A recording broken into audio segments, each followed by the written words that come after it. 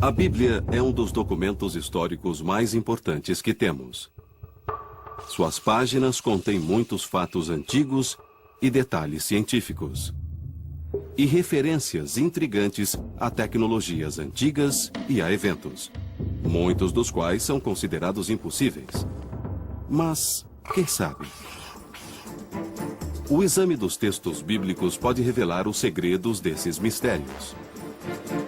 A Torre de Babel era real? Os israelitas poderiam tê-la construído mais alto do que tudo na terra? Davi poderia ter matado Golias do modo descrito na Bíblia? Os antigos sabiam como criar milagrosamente fogo a partir da água? A Arca da Aliança poderia ter voado com uma ciência tão misteriosa que só hoje está sendo redescoberta? A tecnologia da Terra Santa será examinada quando recriarmos os fenômenos sobrenaturais com tecnologia de ponta e decodificarmos as palavras da Bíblia. Inventos da Antiguidade investiga a ciência contida na Bíblia. Inventos da Antiguidade.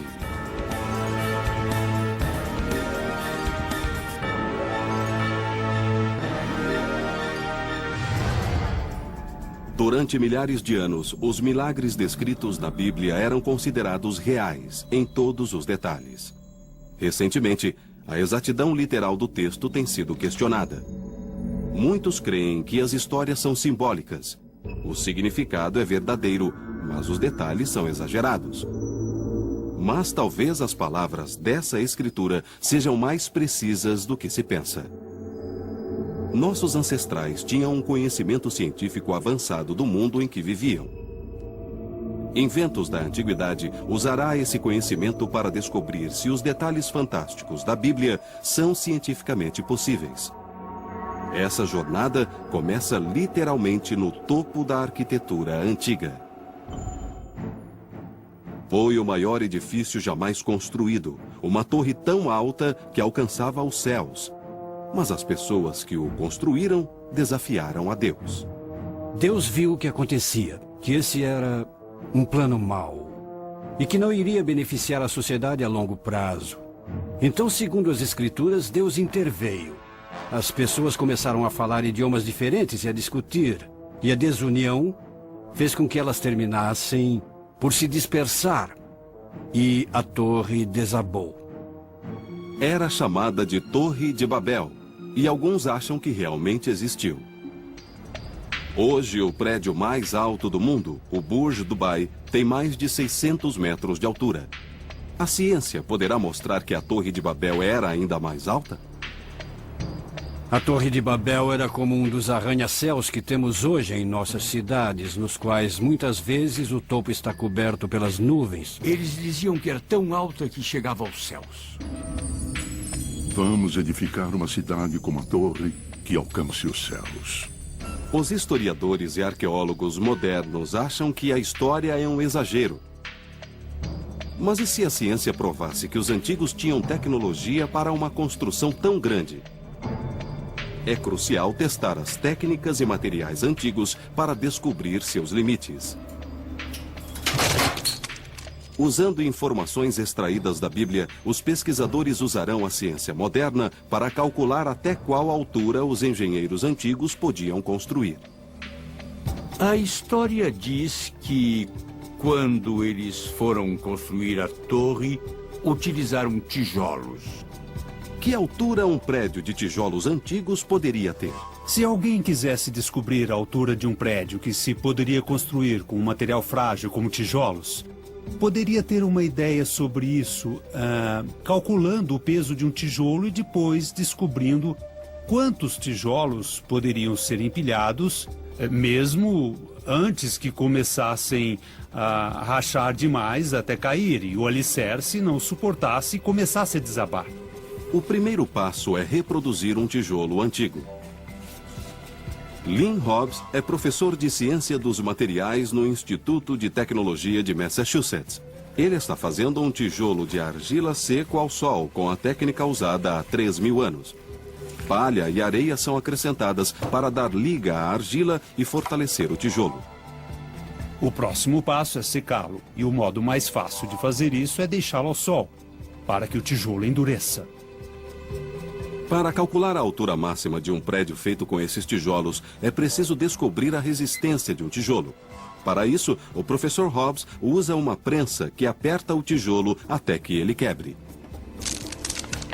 A carga máxima que este tijolo suportou foi de 400 quilos em 12 centímetros quadrados. Esse é o peso que um único tijolo pode suportar verticalmente. Isso significa que um tijolo colocado poderia suportar 400 vezes 5 ou 2.000 quilos. Cada tijolo pesa 500 gramas e poderiam ser empilhados até 4.000 tijolos de altura. Se tivermos 4.000 tijolos, cada um com 3 centímetros e 7 milímetros de altura, teríamos 150 metros. 150 metros é a altura do monumento de Washington, mas evidências arqueológicas sugerem que a Torre de Babel podia ser mais alta.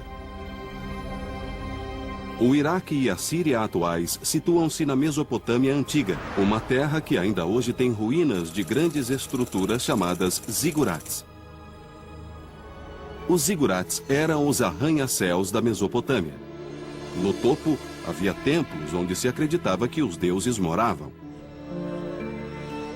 Os que ainda existem hoje foram datados como sendo da mesma época da história da Torre de Babel. Eles foram construídos ao redor de 2000 a.C. Os zigurates ainda existem graças à sua sólida estrutura piramidal. Os zigurates fazem parte de uma antiga tradição.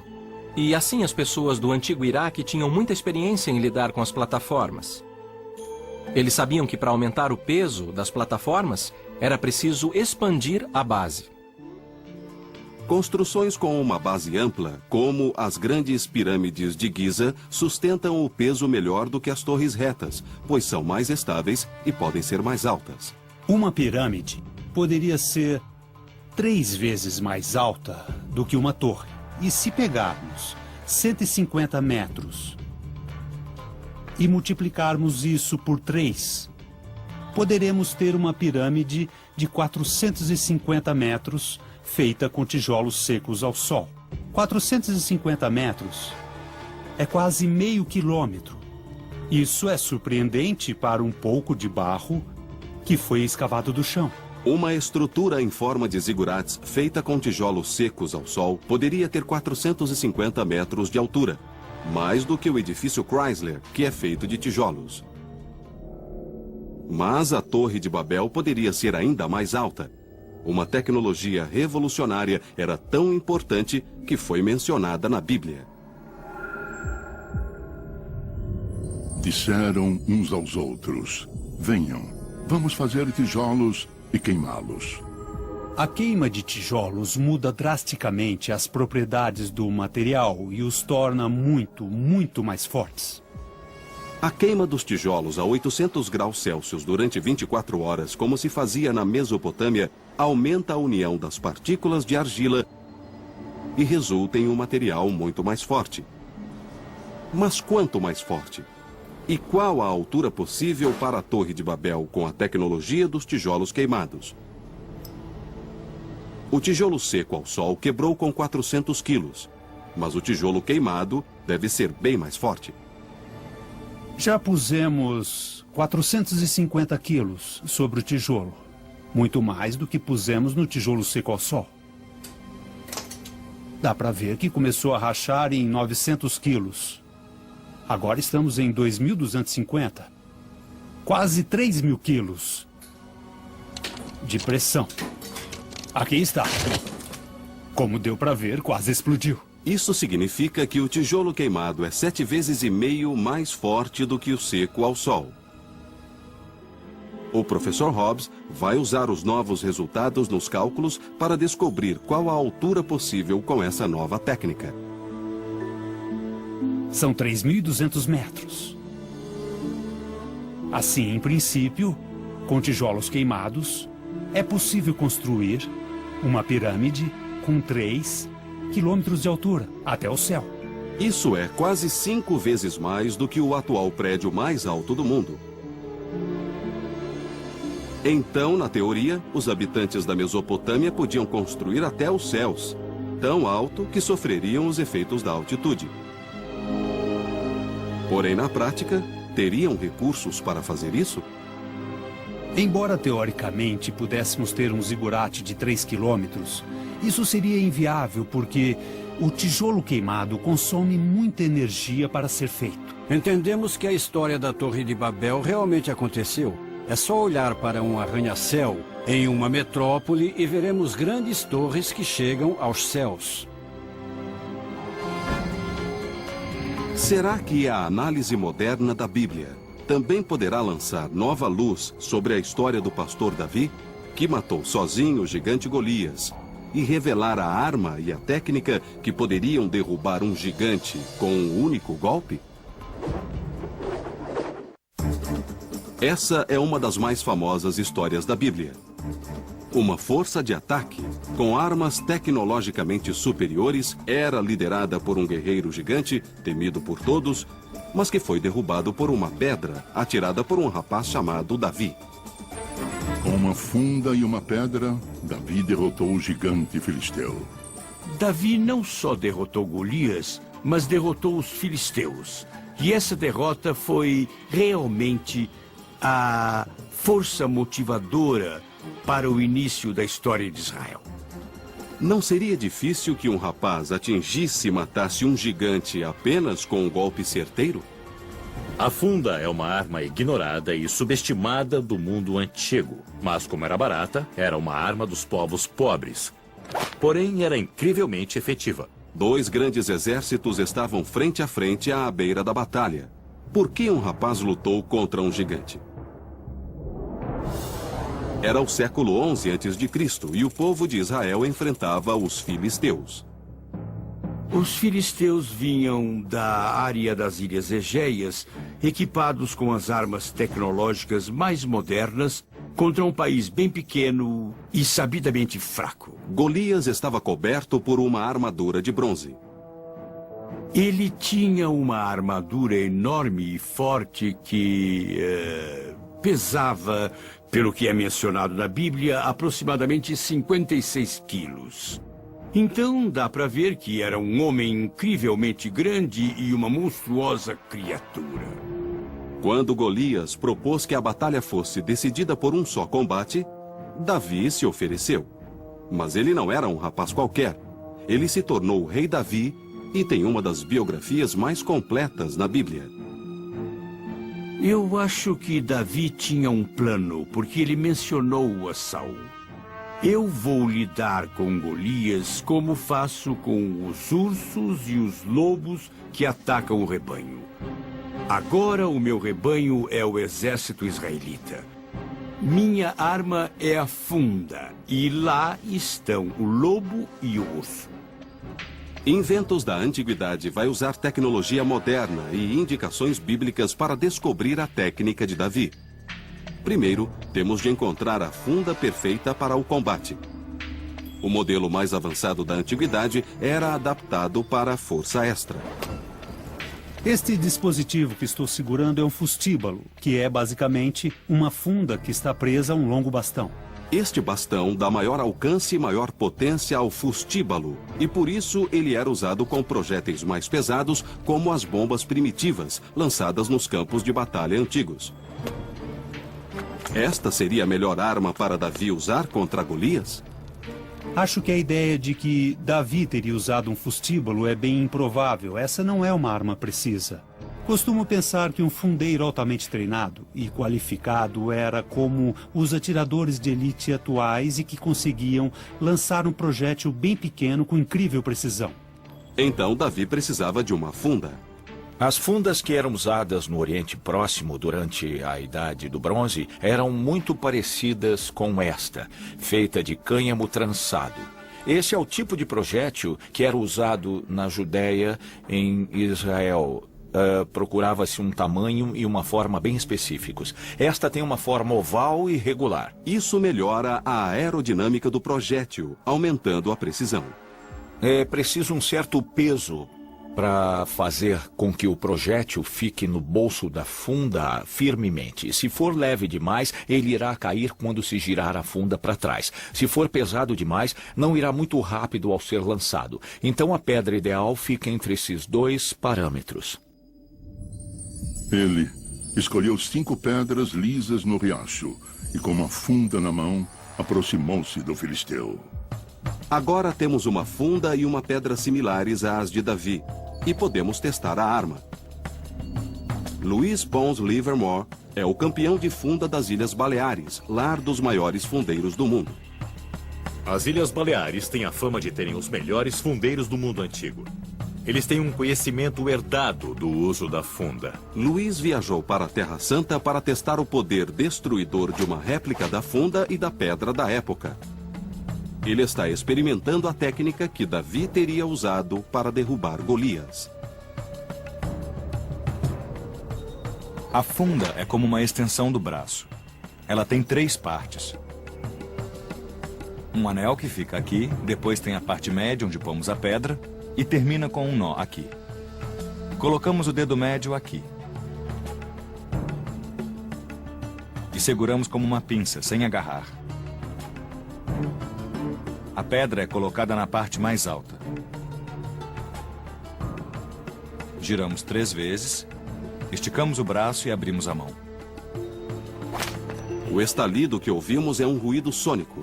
Tanta potência liberada que a funda chega a quebrar a barreira do som. Luiz ergueu um alvo de 2,5 metros, cuja testa é representada por um dispositivo que mede a força do impacto. Ela tem apenas 29 centímetros quadrados, equivalente à parte da testa de Golias não protegida pela armadura. O dispositivo dirá a Luiz com qual força atingiu Golias. Então, quanta força será necessária para matar com uma pedra do tamanho e da forma certas para uma funda? Se quisermos falar quanta força é necessária para matar alguém com um impacto no cérebro, algo acima de 3.000 newtons em uma área de 30 milímetros quadrados é o bastante para matar um ser humano. Uma onda de choque percorre o cérebro e faz com que este colida com o crânio, danificando de modo irreparável o tecido nervoso, em tal extensão que ele não pode funcionar mais. 3.000 newtons equivalem à força necessária para partir ao meio um bloco de concreto. Luiz apronta sua funda para o teste. O alvo é pequeno e equivale à única parte do corpo de Golias não protegida pela armadura.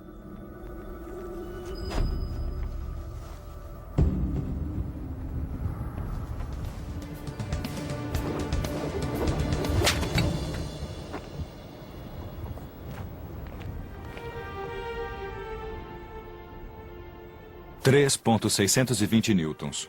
O bastante para eliminar Golias com uma funda e uma pedra. Golias está morto. Ele girou a funda e atingiu o filisteu. A pedra afundou na testa dele, que caiu de rosto ao solo. Seria preciso ter muita habilidade e coragem para fazer isso. Até Luiz, o famoso campeão de funda atual, teve dificuldade para obter potência e precisão ao mesmo tempo. Conseguir derrubar um homem de armadura apenas com uma pedra é sorte ou uma habilidade incrível, mesmo para um atirador qualificado. Ele deve ter sido dotado com uma tremenda habilidade, capacidade e coragem que vieram à tona em um momento de forte crise. E o fato de que ele era capaz de enfrentar uma crise com êxito era um dos pré-requisitos básicos para a função de rei. Inventos da antiguidade revelou que é possível um rapaz atirar uma pedra com uma funda de modo a matar um alvo distante. Mas para isso, Davi teria de ser mais habilidoso do que um pastor comum, ou, como a Bíblia sugere, alguém verdadeiramente abençoado. Até os dias de hoje, os homens tentam controlar o fogo. Poderiam os antigos documentos revelar que as pessoas da época bíblica tinham uma técnica para criar fogo a partir do nada? Uma das maravilhas mais misteriosas da Bíblia é a história de um altar de pedra e madeira que irrompeu em um inferno de fogo, sem que nenhuma fagulha fosse usada para incendiá-lo. A chama pareceu ter surgido do nada. A análise dos relatos dos grandes historiadores do mundo antigo pode esclarecer esse mistério bíblico. Eles descrevem uma substância química misteriosa que irrompia em chamas sem necessitar de fagulhas ou brasas. Isso se chama fogo automático. O fogo automático, como o nome diz, é fogo que parece acender espontaneamente. Pensava-se nisso como algo misterioso, sobrenatural, em que poderes mágicos atuavam. Inventos da Antiguidade está investigando o fogo automático. A história começa há 3.000 anos no Monte Carmelo, em Israel. Segundo a Bíblia, os israelitas tinham rejeitado Jeová e adoravam Baal, o deus da chuva. Sobrara apenas um sacerdote de Jeová, o profeta Elias. Elias ficou diante do povo e disse: Se o Senhor é Deus, sigam-no. Mas se Baal é Deus, sigam Baal. Mas as pessoas nada disseram.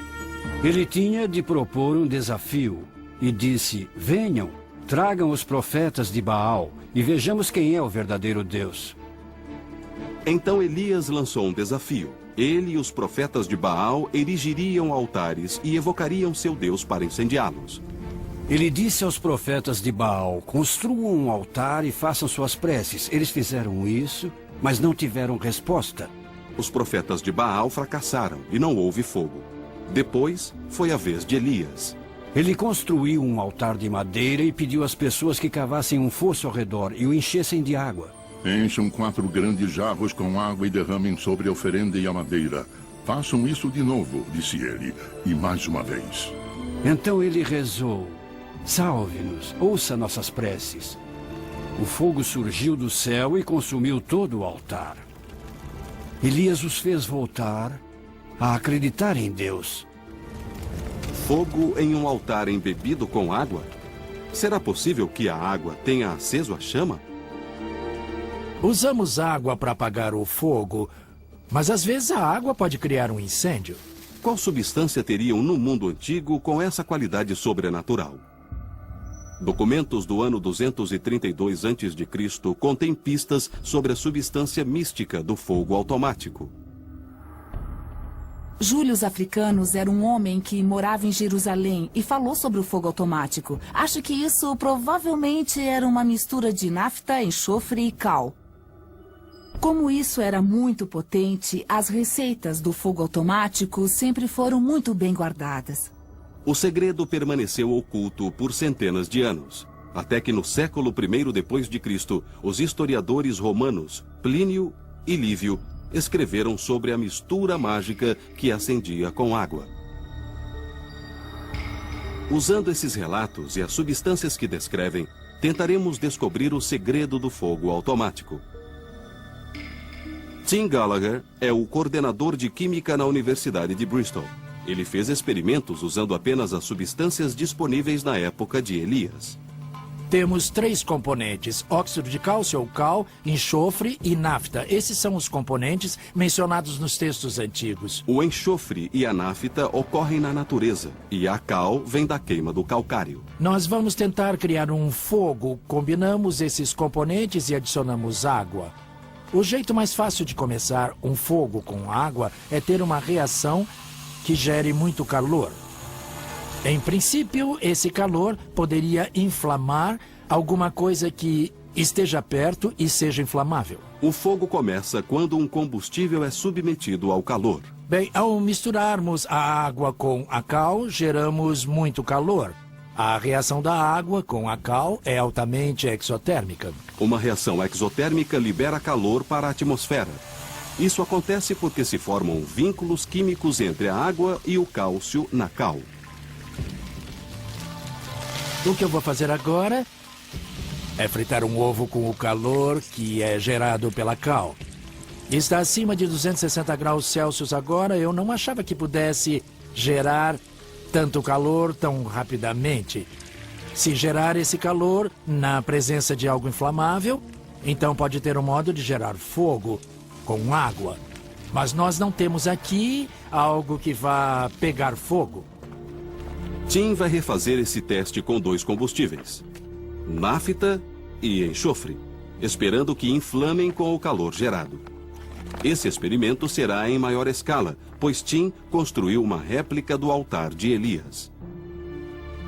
O altar é formado por 12 grandes pedras que representam as 12 tribos de Israel. Acrescentamos a cal nessa faixa estreita. Aqui temos pedaços de enxofre em pedra. E então a última coisa a fazer é a última coisa que Elias fez. Elias derramou 12 barris de água sobre o altar. Achamos que parte desta água era nafta, pois ela parece água e derrama como água. E depois vamos tentar acendê-lo com o calor gerado ao acrescentar a água à cal. A cal e a água precisam elevar a temperatura acima de 230 graus Celsius a fim de inflamar o enxofre. Depois disso, a nafta e o altar devem irromper em chamas. No laboratório, a reação de cal atingiu 275 graus Celsius. E então, em teoria, o experimento deve ter êxito. Mas ele não é tentado na prática há milhares de anos.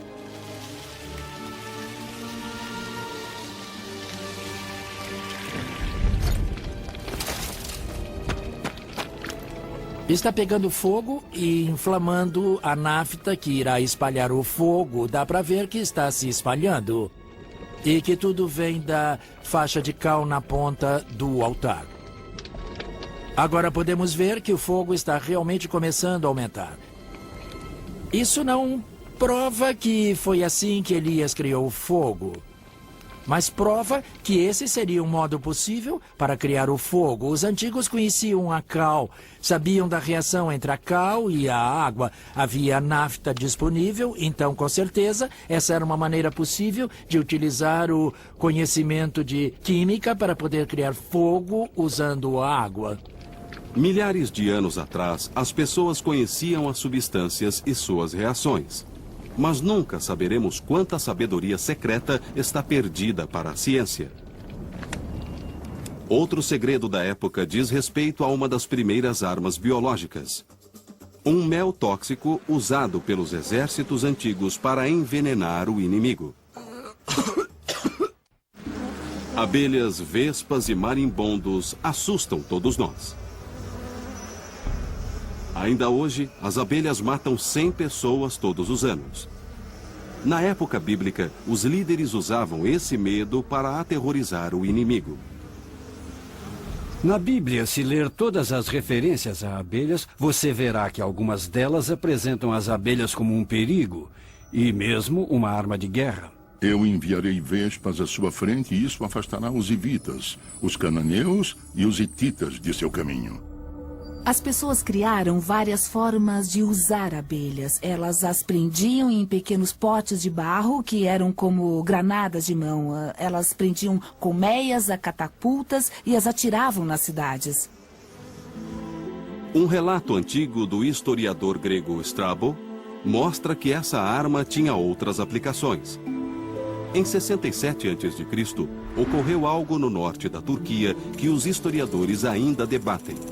Um dos exemplos mais estranhos da guerra biológica foi usado contra os romanos e envolvia uma engenhosa armadilha.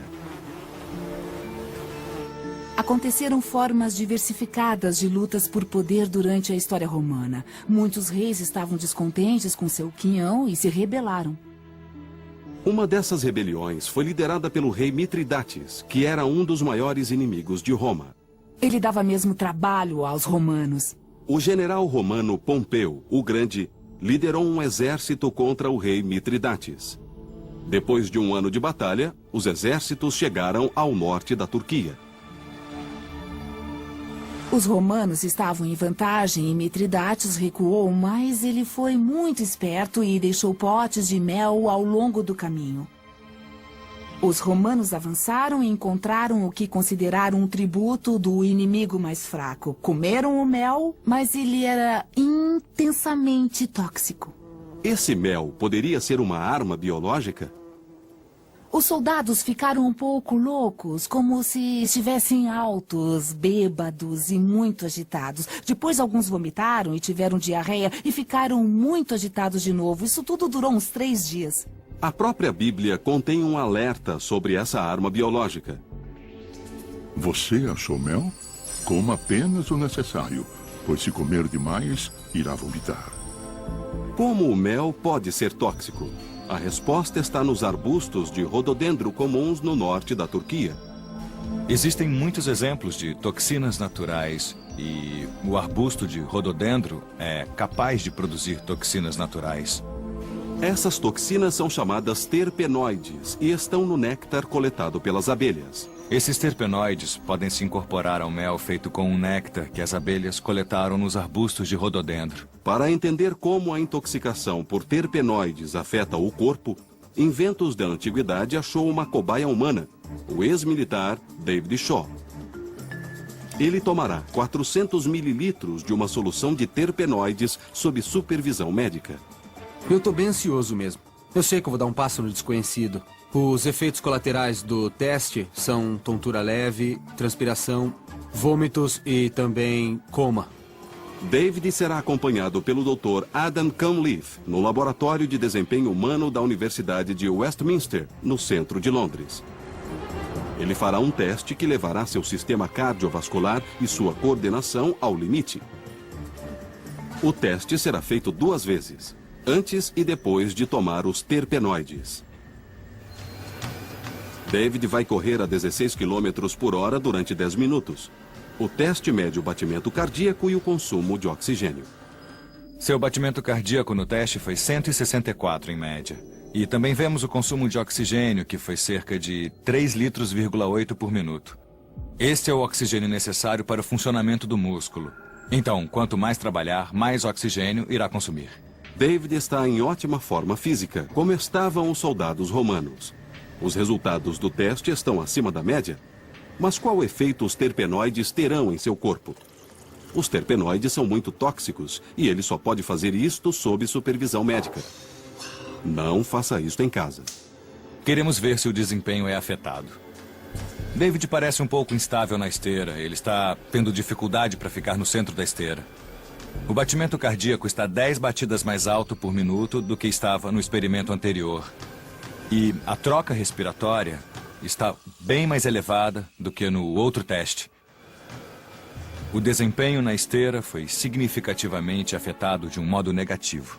Quando olhamos os dados fisiológicos, vimos que ele estava trabalhando mais para correr na mesma velocidade. Toda forma de movimento coordenado, como uma batalha certamente envolveria, seria intensamente afetado. Eu não tinha controle sobre o meu sistema cardiovascular e, obviamente, os resultados mostraram que eu fui muito afetado. Em essência, vimos uma aplicação de um tipo de guerra química ou biológica, ao fazer com que os exércitos inimigos ingerissem essa substância tóxica.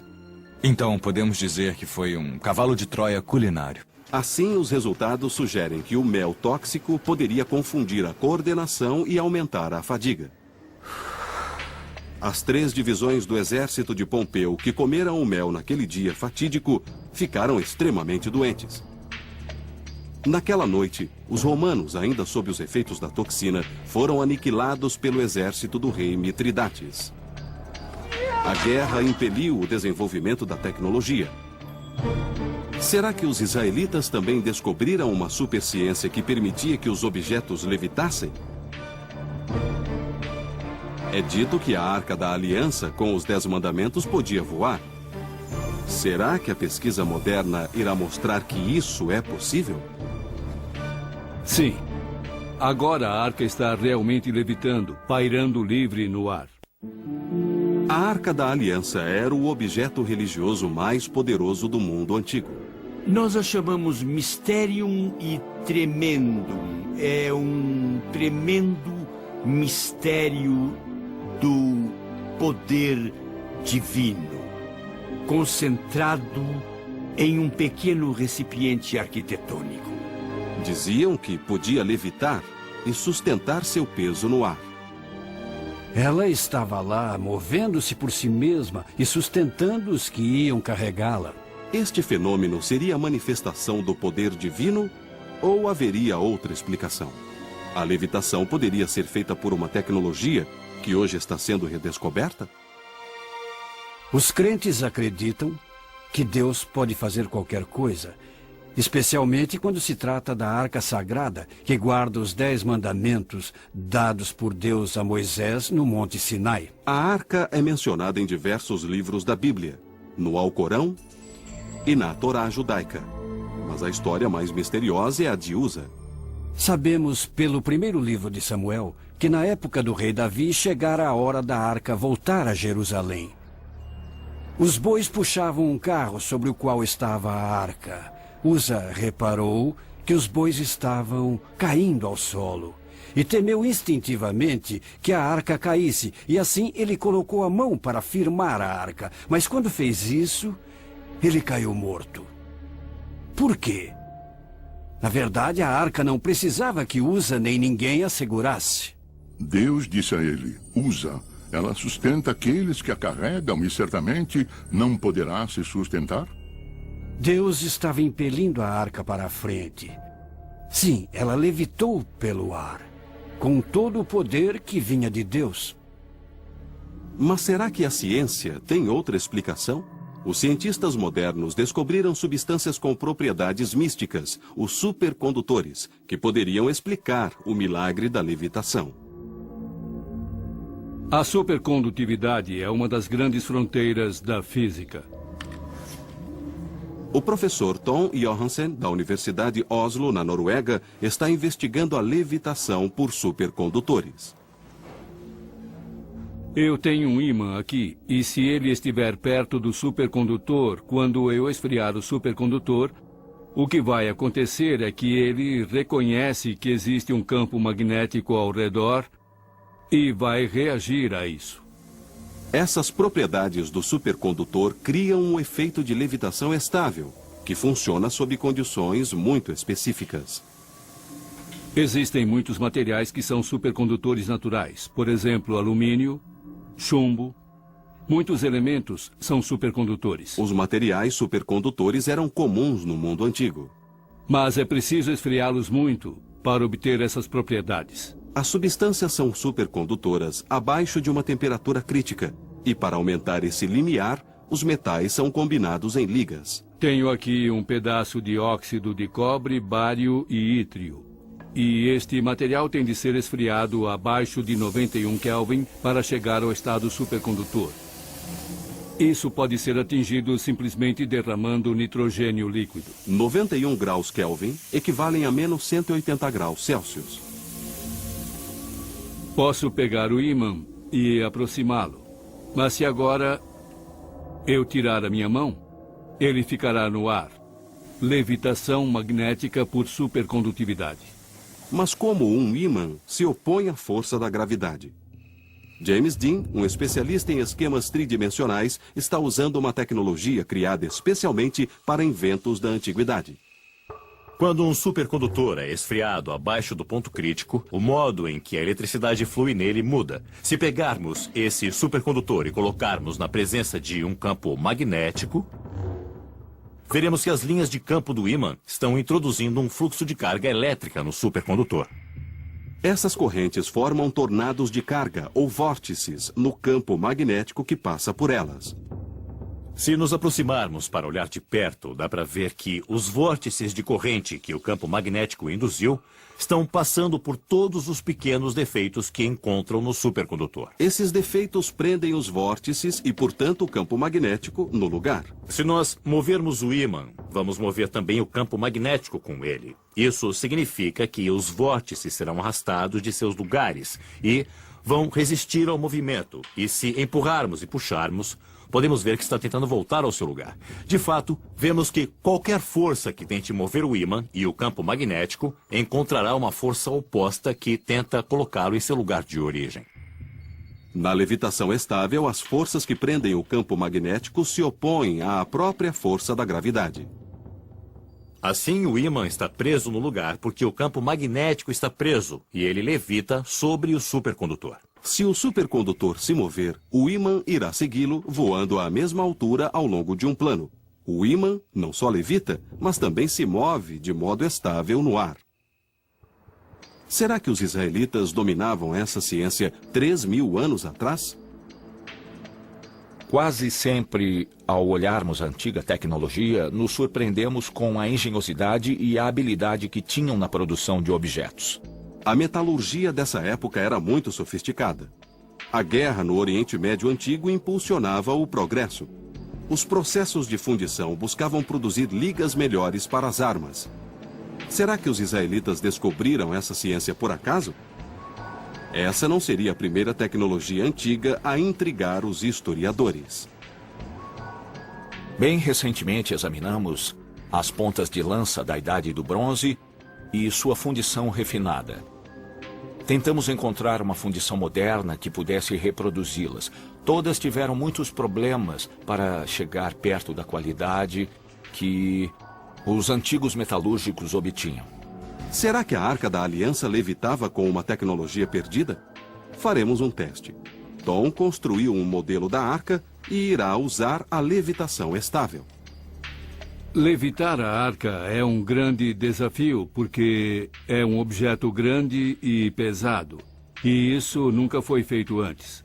Eu prendi 4 ímãs fortes no fundo da arca e eles vão interagir com os supercondutores que vemos aqui. Coloquei um espaçador no meio para ter um vazio entre a arca e o supercondutor que vou esfriar.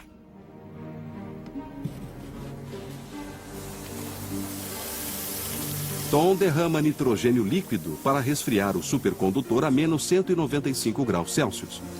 Para que o experimento dê certo, os 4 blocos de apoio devem ser removidos um a um até que o peso da arca seja sustentado apenas pelos supercondutores.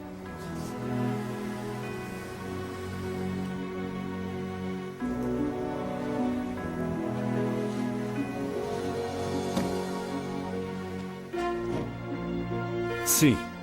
Agora a arca está mesmo levitando uns 15 milímetros acima do supercondutor, pairando livre no ar.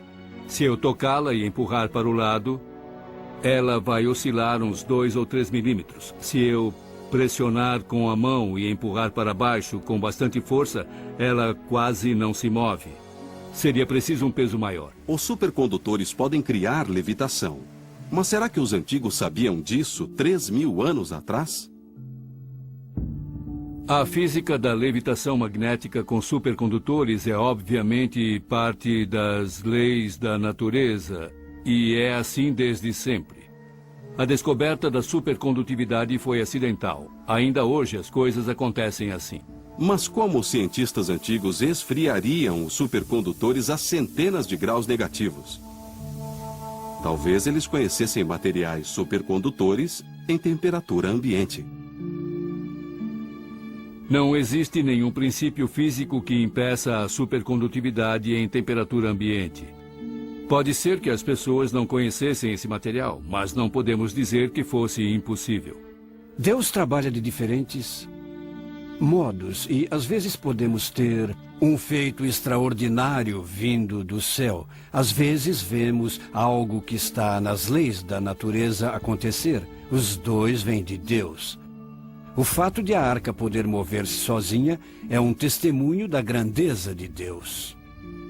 Não é mágica, mas é uma física muito fascinante. A ciência moderna sempre ajuda a confirmar os detalhes e fatos que estão na Bíblia. Existem detalhes na ciência moderna que são incompatíveis com os relatos bíblicos de eventos, mas quase sempre a ciência moderna pode ajudar a fortalecer a fé e confirmar o que está na Bíblia. Os mistérios da Bíblia intrigam cientistas e historiadores há milênios. Mas o livro santo também traz pistas para antigas civilizações, culturas e tecnologias dos tempos bíblicos. Os estudiosos modernos usaram essas evidências para pesquisar a história e mostrar que os antigos dominavam a química, a metalurgia, armas biológicas e tinham tecnologia para construir até os céus. o mundo moderno usa a tecnologia para reviver um mundo antigo e revelar a ciência contida na Bíblia.